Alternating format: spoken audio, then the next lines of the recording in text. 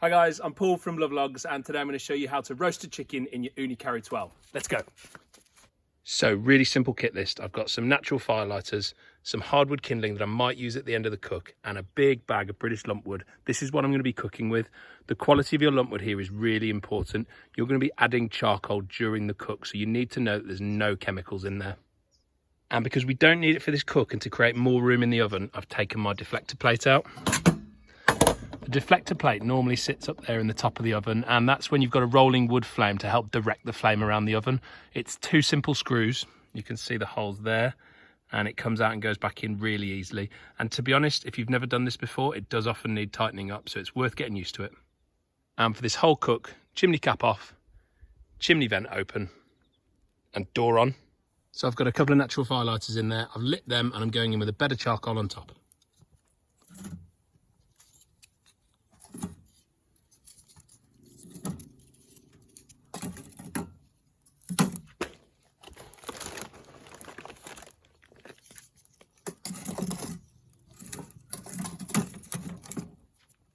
So I'm not packing the fuel tray. I've left good airflow. I'm going to put the lid on now and come back in about 10 minutes. So 10 minutes in, let's check in on fuel. So my charcoal's caught, it's hot, it's burning nicely, but I don't need any more. Remember, I'm not going for a Neapolitan pizza cook here. I'm trying to get to 200 and something degrees. I'm going to put the fuel tray back on, check the stone temperature just to get a gauge of where we're up to.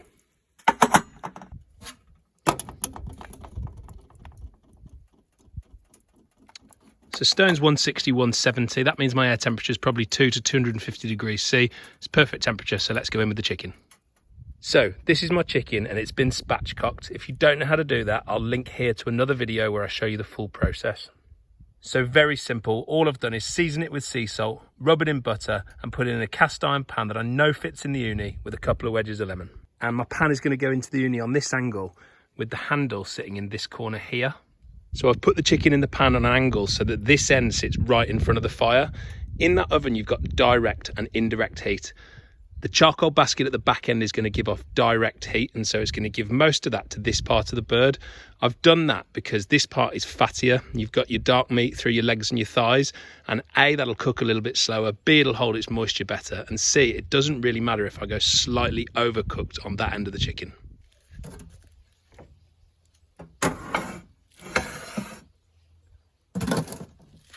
So my chicken's in and I know my fuel's okay for now, so I'm going to check the fuel in about 10 minutes, but I'm not going to open the door and look at the chicken for about 20. I'm expecting the cook to take about 40 to 45 minutes total, and you don't really want to be disturbing the food while it's cooking. I know it's tempting, but best thing you can do is leave it, trust the process, come back in about 20 minutes. So my chicken's been in 10 minutes and it's time for a fuel check. So my fuel's still ticking away nicely. I don't need to go in with loads, but I'm going to add a couple of lumps.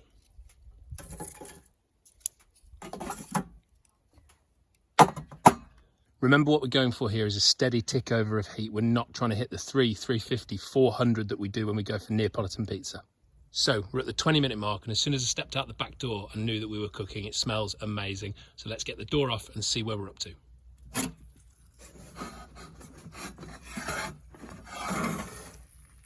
So really exactly what we're expecting. We're cooking faster over here on the fire side than we are on the door side. I'm going to probe for temperature in a couple of places, turn the chicken around and get it back in.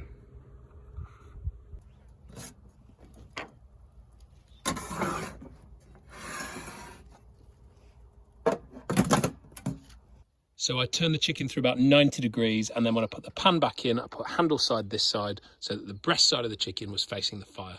I'm going to come back in about 10 minutes and check the fuel and the chicken to see where we're up to and if I need to add any wood.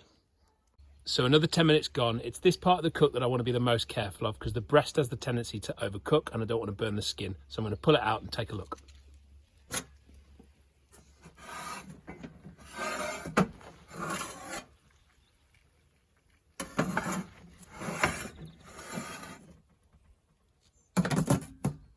So just a quick spin, the handle is now back in that corner, so about a 90-degree turn. There was one part of the chicken that wasn't browning up like the rest of it, so back in, I reckon another 5 minutes. I've checked my fuel and the fuel is fine. I'll pull it out, probe for doneness and see how we're doing. So it's been 5 more minutes. I'm going to pull the chicken out and probe it for doneness.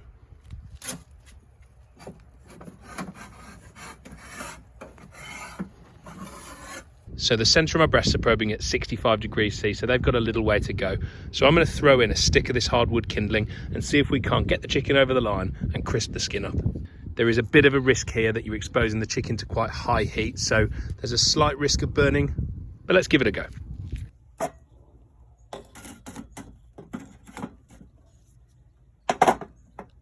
There's enough charcoal heat in there to get that kindling lit, so I'm just going to leave it to it. I'm going to go get the chicken back in and come back in probably another 5 to 8 minutes. So I don't know if you'll see it on the video, but we've got a small rolling wood flame, which is absolutely perfect. Let's get this chicken back in.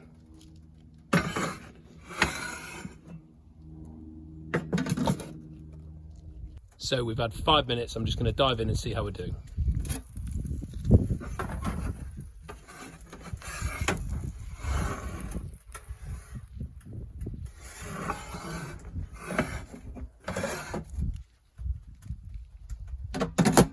So skin was coming on beautifully, but my rolling flame was out, so the chicken is back in. I'm going in with one more stick of hardwood kindling and I'll come back in about 3 or 4 minutes. So it's been 3 more minutes. I'm going to pull the chicken out and probe it right here, so we'll see where we're up to, and I can slide it back in if it needs a couple more.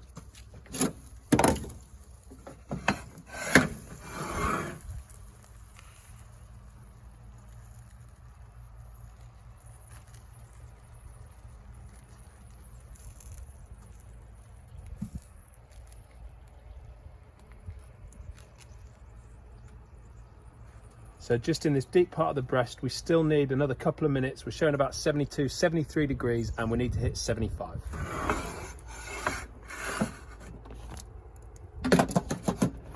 So it took about another 5 minutes on latent heat, but I hope you can see how good this looks because I'm really happy with it.